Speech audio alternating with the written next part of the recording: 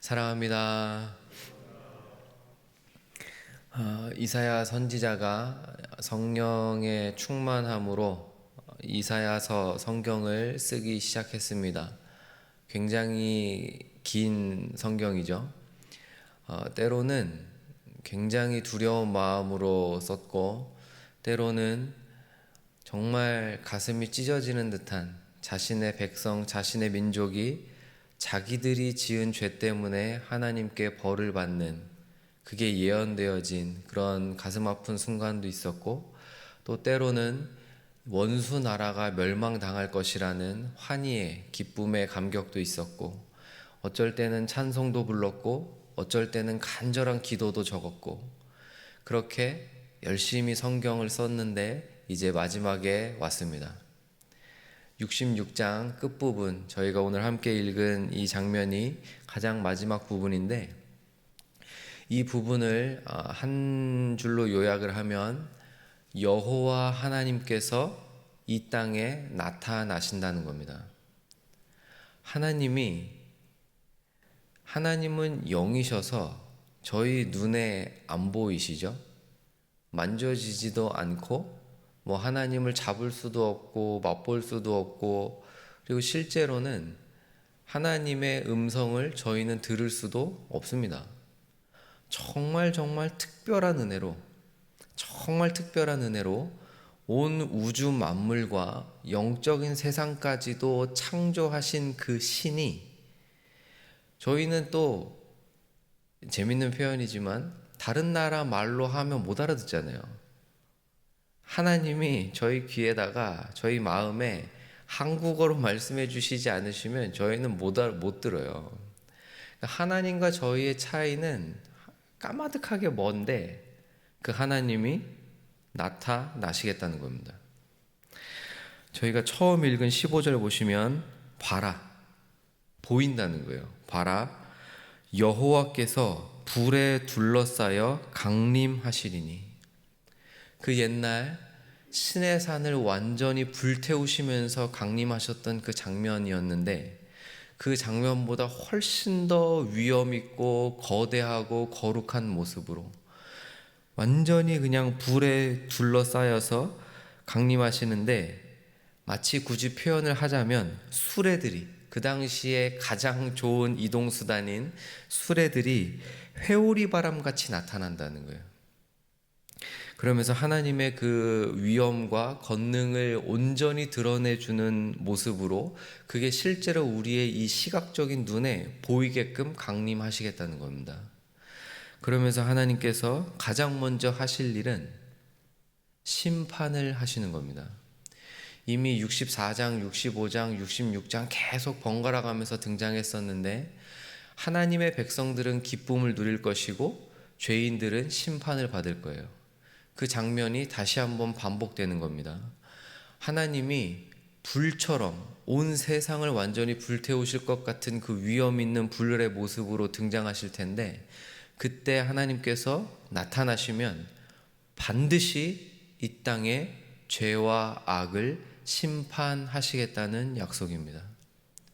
이것은 죄인에게는 그 어떠한 것보다도 두려운 말씀이 될 것이고, 반대로 하나님을 아버지라고 부를 수 있는 하나님의 자녀들에게는 가장 감격스럽고 가장 기쁜, 이 땅을 살면서 하나님 바르게 섬겨보겠다고, 하나님이 말씀하신 대로 살아보겠다고 애를 쓸 때마다 이 세상의 공격과 유혹과 죄인들의 그 핍박과 억울함들을 뒤집어 쓰면서 살았던 하나님의 백성들에게는 하나님의 이 임재하심은 가장 기쁜 소식이 되는 것입니다.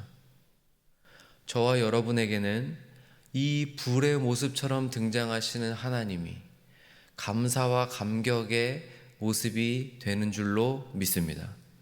이게 하나님의 백성이 누릴 수 있는 큰 복들 중에 하나예요. 하나님을 보면 우리도 피조물이기에 두려울 수밖에 없지만, 동시에 그 두려움과 함께 하나님을 그렇게 간절히 사랑했던, 그렇게 보기 원했던 그 하나님을 뵌다는 그 기쁨이 함께 누려지는, 이게 경외죠. 하나님을 두려워하지만 동시에 사랑하는 것, 이것이 하나님의 백성이 누릴 수 있는 큰 복입니다. 이게 반드시 이 날이 온다는 거예요. 그러면서 18절에 내가 그들의 행위와 사상을 안다라고 말씀하십니다. 사랑하는 여러분, 하나님은 우리의 행위, 행동들과 사상, 그 마음속 가장 깊은 곳에 뿌리 박혀 있는, 기둥처럼 세워져 있는 우리의 생각의 중심들을 아세요. 어떤 사람의 말을 온전히 믿을 수 있는 건 큰 복이죠. 어떤 한 분을 뵐 때 저분의 입에서 나오는 모든 말을 100% 믿을 수 있다. 저분이 하시는 말이라면 진짜 정말 신뢰할 수 있어. 우리 주변에 이런 사람들이 많아졌으면 좋겠습니다. 저와 여러분이 이런 사람이 됐으면 좋겠어요. 근데 이게 쉽지 않습니다. 아시겠지만 저와 여러분은 눈에 보이는 것들의 영향을 받기 때문에 머리가 노력하지 않아도 계산이 되기 때문에 내가 어떻게 말하면 나에게 손해가 되고 내가 이렇게 말하면 나에게 이득이 되겠구나, 이게 가르치지 않아도 자동적으로 되기 때문에 저희의 말은 진실을 말할 때도 많지만 진실을 말하지 않을 때도 있습니다. 얼마나 사람이 거짓을 잘 말하기에 하나님이 10개의 계명을 주셨을 때 그 중에 하나가 너희는 제발 거짓말하지 말아라. 이게 계명이죠. 반드시 지켜야 할, 영원히 사라지지 않을 10계명 중에 한 개가 거짓말하지 말라입니다. 하나님이 우리의 말을 아세요. 예수님께서 직접 하신 말씀입니다. 하나님의 나라는 말에 있지 않고 능력에 있어요.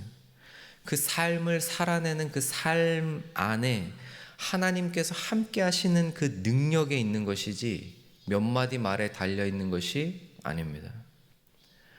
나더러 주여 주여 하는 자마다 하나님의 자녀가 되는 게 아니죠. 그 삶의 모습에서 가장 작은 자 하나를 긍휼히 여기고 가장 작은 자 하나를 사랑할 줄 아는 그 삶의 모습 속에서 아, 너 내 자녀가 진짜로 됐구나, 이걸 보신다는 거예요. 하나님 뭐라고 하시냐면 나는 너희의 사상과 행위를 다 안다. 그래서 하나님 앞에는 말이 통하지 않아요. 저희는 반대도 많아요. 마음에 원치 않은 말을 억지로 할 때도 많죠. 나는 저걸 할 자신이 없는데 나 할 수 있어. 나는 신앙생활을 바르게 하지 못하고 있는데 최선을 다해서 하고 있는 것처럼 얼마든지 저희 자신을 포장할 수도 있어요. 하나님께는 통하지가 않습니다. 내가 그들의 행위와 사상을 아노라. 그래서 때가 이르면 문나라와 언어가 다른 민족들 중에서도 내가 사람을 모을 텐데 너희가 지금은 옛날 이스라엘 사람들이 이방 사람들을 개 취급했을 때 너희는 하나님을 모르잖아. 너희는 계명을 모르는 자들이잖아. 너희는 영원히 변치 않는 언약을 못 받은 사람들이잖아. 너는 우리와 달라. 그렇게 취급했지만 하나님은 그때가 오면 이방 사람들 중에서도 하나님의 백성, 자신의 백성들을 모으시겠다는 거예요. 그래서 19절 끝부분 보시면 그 사람들 중에서 내가 그들에게도 내 영광을 보여주고 나의 명성을 듣지도 못하고 나의 영광을 보지도 못한 먼 섬들에까지 그 사람들을 보내서 내 영광을 보여줄 것이다. 그걸 다른 표현으로 뭐라고 하시냐면 21절에 나는 그들 가운데서, 이방 사람들이에요. 이스라엘 백성이 아니고 이방 사람들 중에서 하나님의 영광을 보여주시고 그 영광을 본 자들이 저 땅끝까지 섬까지 가가지고 하나님의 영광을 대변하는 자들이 돼서 그걸 다른 표현으로 하나님이 뭐라고 약속하시냐면 21절 나는 그들 가운데서 택해서 제사장과 레위인을 삼을 것이다. 제사장은 반드시 레위인 중에서만 나옵니다. 이게 하나님이 세우신 법도예요. 이게 질서예요. 근데 하나님께서 그때가 오면, 하나님이 불처럼 임하시는 그때가 오면, 앞에서 이야기했던 것처럼 새하늘과 새 땅을 만들기 시작하시는 그때가 오면 이방 사람들 중에서도 하나님의 영광을 볼 자들이 나타나고 그들을 섬까지 보내셔서 하나님의 영광을 대변하게 하시고 그들 중에서 제사장들을 세워내실 거라는 겁니다. 이게 하나님의 백성들이 받는 복들 중에 하나예요. 하나님을 모르던 자들이 하나님을 알게 되고 하나님의 영광을 본 적이 없는 자들이 하나님의 영광을 보기 시작하고 그 영광을 전하기 시작하고 나중에는 하나님의 제사장으로까지 기름 부음을 받는다는 것입니다. 이것이 이사야 66장 맨 마지막 부분의 약속이에요. 하나님이 오시면 반드시 심판하실 겁니다. 반드시 이 땅의 죄와 악을 이기실 겁니다. 그리고 행위와 사상을 아시는 그분께서, 행위와 사상을 다 아시는 그분께서 이방 사람들 중에서도 자신의 영광을 보이시고 그들 중에서 제사장을 삼아내실 겁니다. 그래서 이 부분에도 나오지만 20절의 그 영광스러운 장면들, 온 열방이 하나님을 알기 시작하고 하나님을 아는 자들이 자신이 할 수 있는 최선의 것들을 가지고 하나님의 영광을 돌리는 그 장면들, 새하늘과 새 땅, 새 예루살렘이 세워지고 그 성을 기쁨의 성으로 만드시겠다는 하나님의 약속이 이 맨 마지막 부분에서도 조금 다르게 표현되지만 반드시 이루어내실 거라는, 그 기쁨의 성을 반드시 세우실 것이라는 하나님의 약속으로 마무리가 되고 있습니다. 말씀을 정리해 볼까요? 사랑하는 여러분, 하나님은 다시 한번 강조해서 말씀드립니다. 저희의 생각과 행위를 다 아세요. 오늘 하루 사시는 동안에 우리의 생각이 정결해지기를, 우리의 생각이 순결해지기를, 우리의 생각이 이득을 무조건 다 포기하고 살라, 그런 말을 하는 게 아니에요. 무조건 손해만 보면서 살아라, 그런 이야기를 하는 게 아니에요. 바른 선택을 하는 걸, 무엇이 하나님이 기뻐하시지 않고 무엇을 기뻐하시는지를 분별해서 우리의 생각이 하나님이 기뻐하시는 것을 따라갈 수 있기를, 우리의 손과 발과 시간과 물질과 우리의 열정이 하나님이 기뻐하시는 것을 선택하며 사는 오늘 하루 되기를 주님의 이름으로 축원드립니다. 또 한 가지, 하나님께서는 우리가 에이 저 사람 뭐야? 저 사람 좀 별론데? 이스라엘 사람들이 이방 사람들 보면서 생각했던 거예요. 쟤네가 무슨 사람이야? 하나님도 모르는 주제에. 저희가 다른 분들을 그렇게 생각하지는 않지만 우리도 모르는 사이에 사람들의 등급을 나눠놓고 저 사람은 괜찮지, 저 사람은 별로야. 아니요, 하나님은 우리가 별로라고 생각한 그 사람들 중에서도 자신의 영광을 보이시고 자신의 제사장을 삼으시는 분이십니다. 오늘 하루 혹시 우리의 마음에 걸림돌 같은 사람들이 계시다면, 사랑하지 못할 것 같은 분들이 계시다면 그분을 사랑하시는 오늘 하루가 되셨으면 좋겠습니다.